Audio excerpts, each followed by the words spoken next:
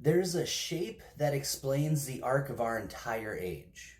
And if you understand it, you'll see through almost every illusion of modern progress. The exponential J-curve, a line that starts as a slow crawl, flat and invisible, then whips skyward with a velocity that leaves every prior generation in the dust. This isn't just a graph in a business book.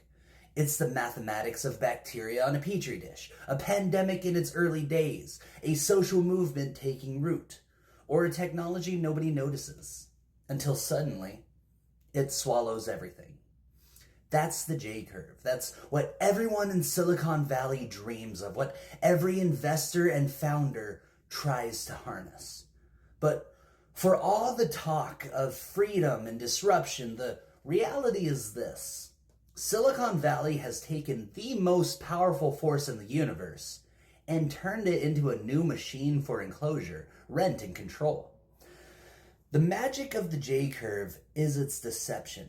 In the beginning, almost nothing happens. You put in effort, invest time, make progress, and the world doesn't change. To the untrained eye, it looks like failure, a waste of energy, but underneath, momentum is building, quietly doubling and redoubling until suddenly the curve goes vertical.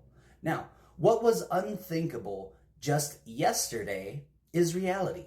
What was impossible becomes routine. It's how science replaced superstition, how engines remade transportation, how computers rewrote communication.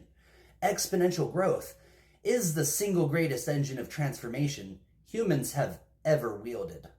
But here's where the story turns. In Silicon Valley's hands, the J-curve doesn't set us free. It traps us in a newer, faster, shinier version of the old hierarchy. The logic is as old as feudalism. Survive the flat part of the curve, outlast your competition, and when the line goes vertical, be the first to scale. Once you reach the inflection point, slam the gates shut, own the infrastructure. Everyone who follows is forced to pay you rent. Not because you build anything new, but because you got there first. What was once open land becomes a walled garden, a toll road, a fortress of patents and user agreements. The rhetoric remains utopian. Connect the world, democratize information, empower creators, but the math is predatory. All that changes is the speed and the sophistication of the enclosure. Let's drop the abstractions. Think of 3D printed housing. The technology can print a beautiful, resilient home for $40,000. The market price? $400,000.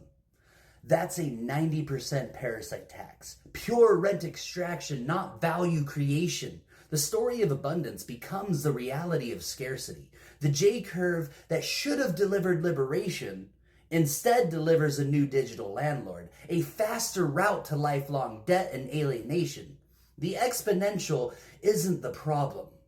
The system around it is. The logic of private capital, enclosure, and managed decline. Silicon Valley didn't invent this trick. It's the same move that accompanied every leap forward in history. The enclosure of the commons, the transformation of public abundance into private fortune. It happened with land, with water, with knowledge. Now it happens with algorithms and platforms. The J-curve is real, but the curve is owned, not shared. Progress becomes a gated community where access to the future is auctioned off to the highest bidder, and the rest of us are left renting back our own birthright.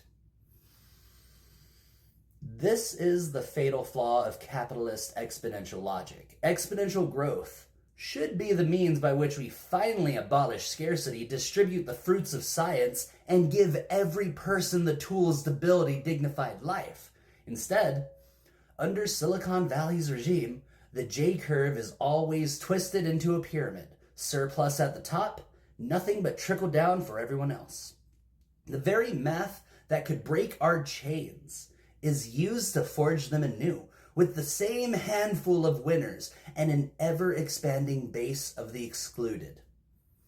Enlightenment socialism breaks the spell. It does not reject the exponential. It demands that it finally serve the public good. It asks the only question that matters: who benefits? The Enlightenment promised that reason, science, and technology would emancipate the many, not empower a few to rule forever.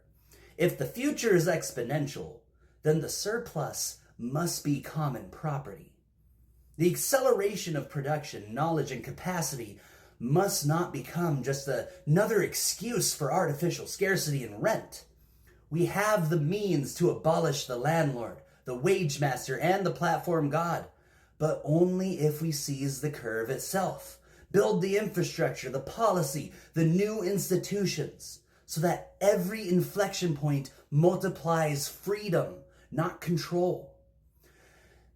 That is why the stakes are so high. The exponential curve isn't going away. It is the engine of the 21st century, and whoever owns it owns the destiny of the world. If we leave it in the hands of a new feudal class, we will inherit a future where every breakthrough tightens the noose, and every gain for science is a loss for liberty.